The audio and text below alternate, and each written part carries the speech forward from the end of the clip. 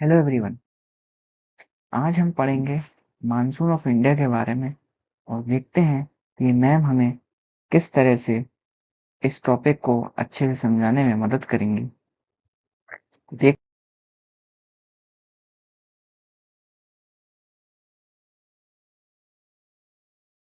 हैं कि ये मानसून ऑफ इंडिया किस तरह से इंडिया में आता है और इंडिया में क्या-क्या चेंजेस लेके नया-नया चेंजेस इंडिया में देखने को मिलते हैं। जैसे रेनफॉल हो गया, ग्रीनरी आ गई, एग्रीकल्चर को इम्पोर्टेंस देता है ये। तो ये सब चीजें हम देखेंगे इस क्लास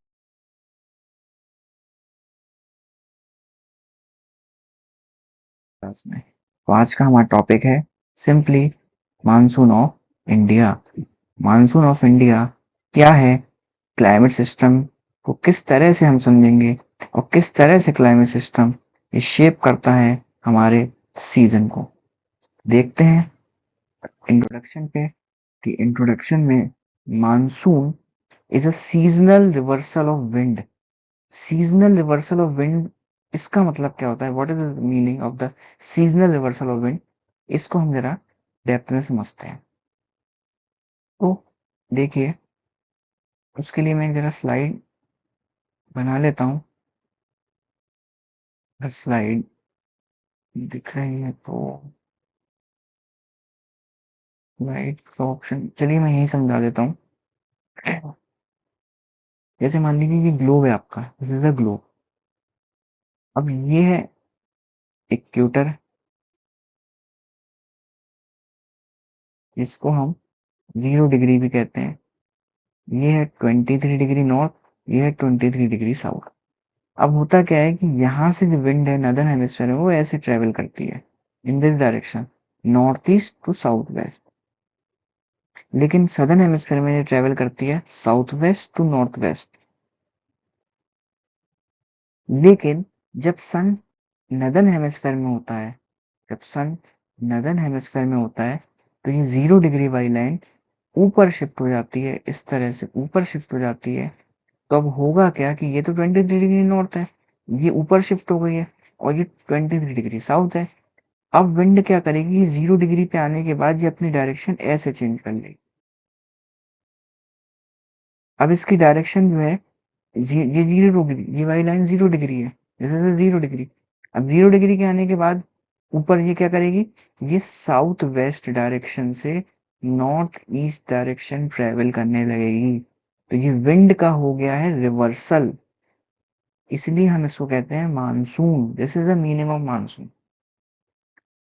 इसलिए इसका एक अलग इम्पोर्टेंस भी है कि हम जो मानसून होता है उसको हम कॉमन लैंग्वेज में, या इसको कॉमन लैंग्वेज कहने की बजाय ज्योग्राफिकल टर्म में, ज्योग्राफिकल टर्म में हम इसे कहेंगे, call it a south west monsoon. We call a south west monsoon. ये अरेबिक वर्ड से बना है जिसका नाम होता है सीजन, और ये क्रूशियल रोल प्ले अदा करता है हमारे इंडियन एग्रीकल्चर और इकोनॉमी। तो आगे हम यही देखने की कोशिश करेंगे। दो तरह के मानसून होते हैं। साउथ वेस्ट मानसून जो जून से सितंबर के बीच में आता है, June to Sept. And north east monsoon, it is from the October to December. तो साउथ वेस्ट और north east meaning is the wind direction, it is the direction of wind, wind की direction. ये आपका north है, ये south है, waste है, east है। If a wind flow from the south west direction, south west to north east, this is a this is from the June to September. When the wind is moved from the northeast to southwest, this is from the October to December. This is the type of monsoon we have studied in this. Okay. What is the meaning of, there is onset and retreat? Onset mean starting, starting of monsoon. Starting of monsoon mean onset, कब से start हुआ monsoon. Retreat means returning of monsoon. Returning of monsoon means returning of monsoon mean the wind is moving from northeast to south.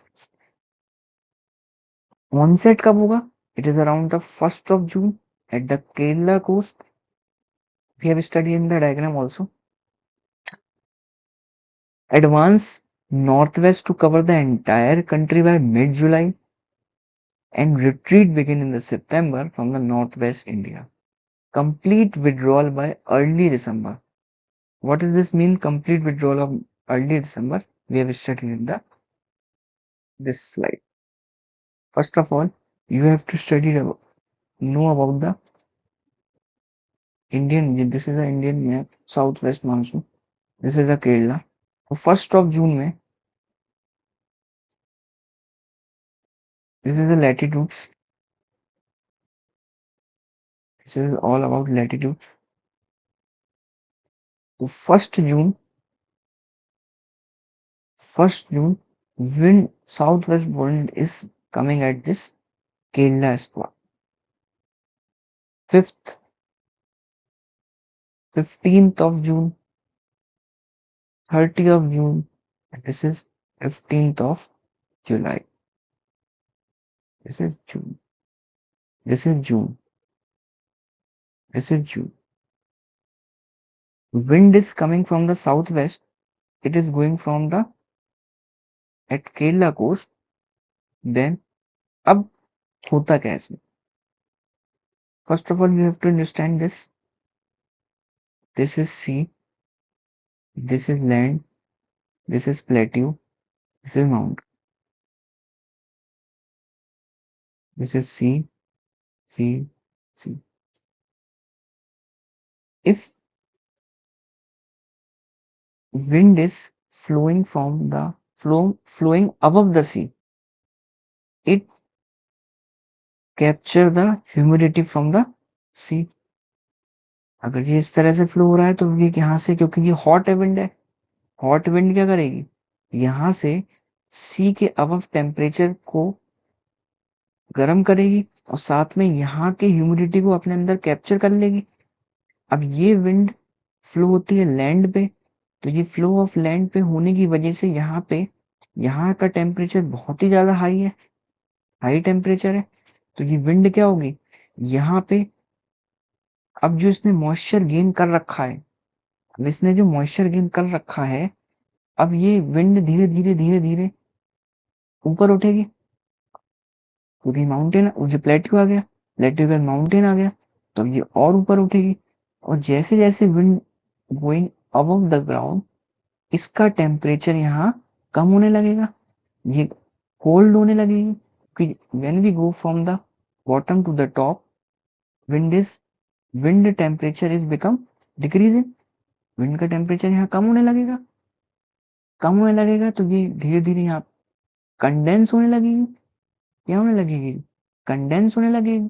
और condense होने की वजह से ये यहाँ पे क्लाउड फॉर्म करेगी।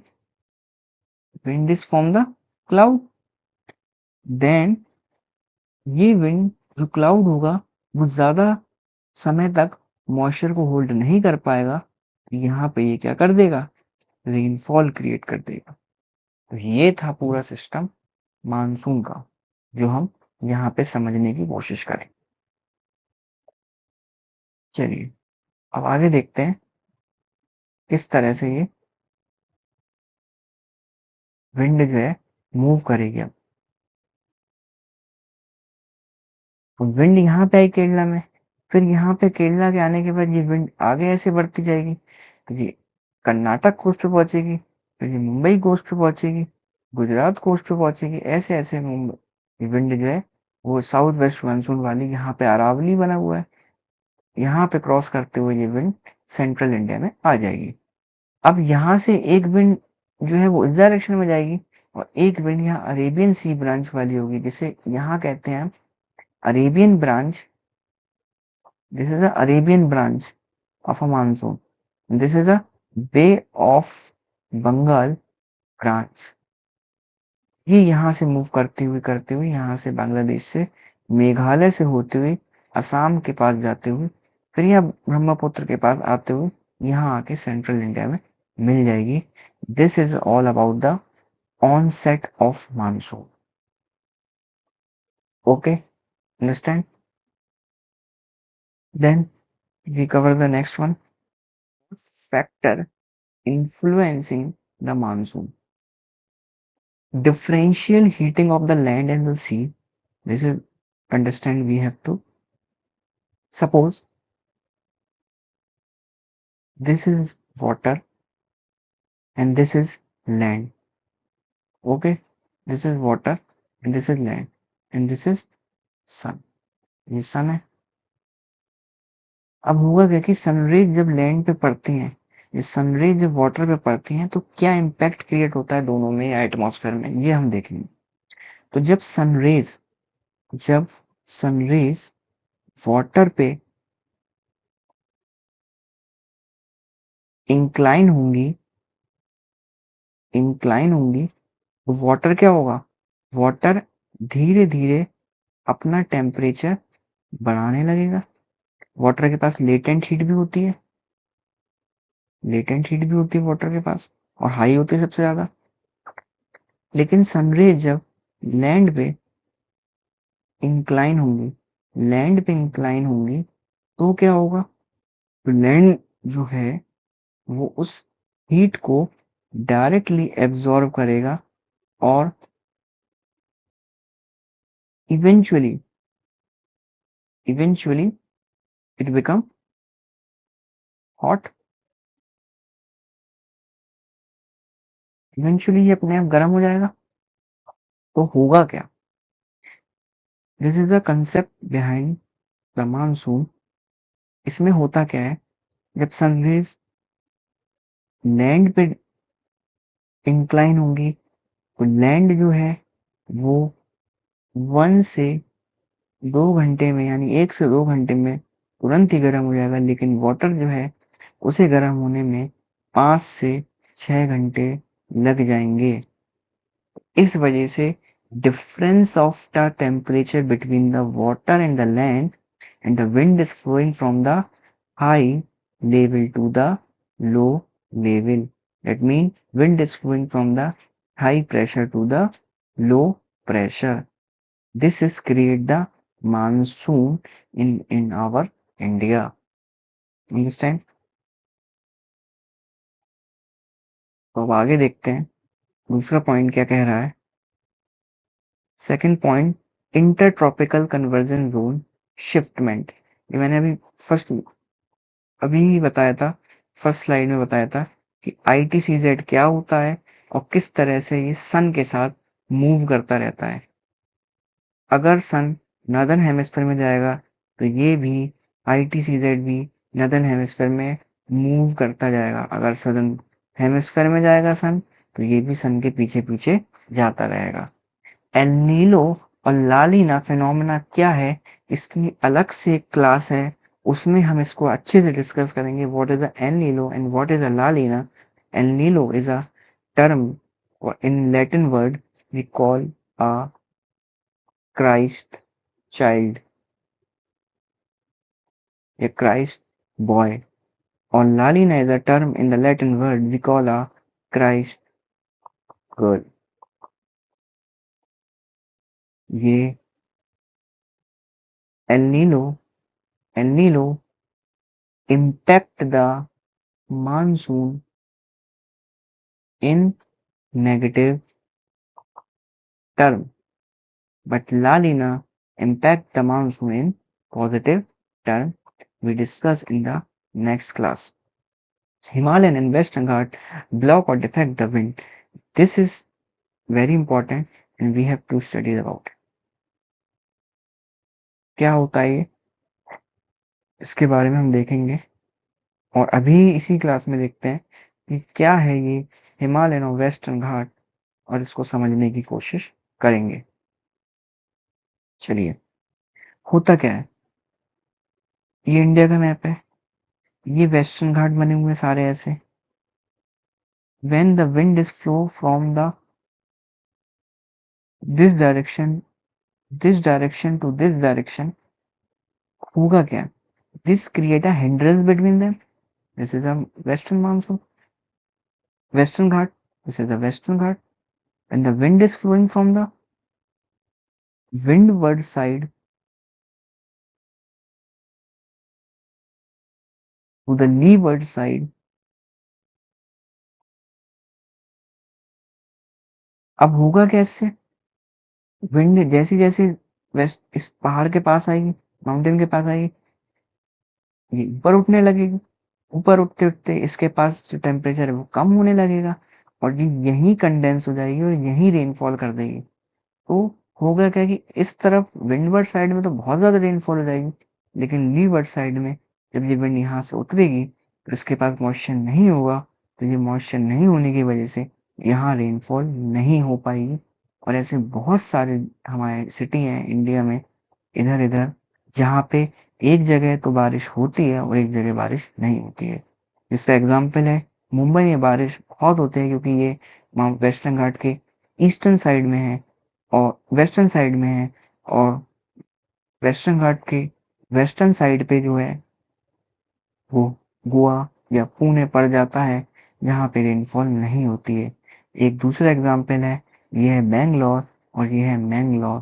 तो बैंगलोर में बारिश होती है और मैंगलोर में बारिश नहीं होती है। तो ये था वेस्टर्न घाट्स का ब्लॉकमेंट ऑफ द विंड।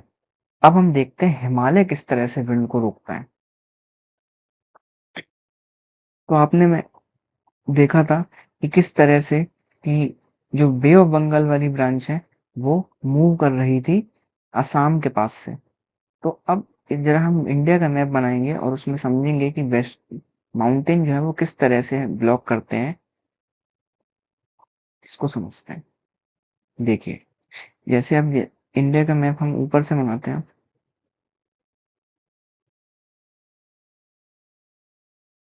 ये इस तरह, ठीक है। इंडिया का मैप बनाया, अब ऊपर ही का बनाएंगे। तो अब होगा क्या कि ये वाला तो बे ऑफ बंगाल है, this is the Bay of Bengal. अब ये विंड जो है, विंड यहाँ से ऐसे जा रही है और पूरा माउंटेन हमारे ऐसे हैं, हिमालयाज आर दिस टाइप्स। तो अब ये विंड जो है वो ऐसे जाएगी। अगर ये हिमालय नहीं होते तो ये विंड ऐसे उधर चले जाती चाइना में, लेकिन माउंटेन की होने की वजह से, हिमालयाज की होने की वजह से विंड यहाँ जाती है और रेनफॉल यही क्रिएट कर देती है, इस जगह पे रेनफॉल नहीं होती है। तो actually it actually influence our agriculture. तो यहाँ पे जो असम वाला अरुणाचल वाला रीजन, यहाँ पे हमें बहुत ज्यादा रेन, बहुत ज्यादा तो नहीं, लगभग 200 सेंटीमीटर से अब तो रेनफॉल देखने को मिलती है, जो यहाँ पे हमारे एग्रीकल्चर को सपोर्ट करता है मानसून के या जुलाई से सितंबर के समय में। अंडरस्टैंड। आगे देखते हैं हम रीजनल डिस्ट्रीब्यूशन।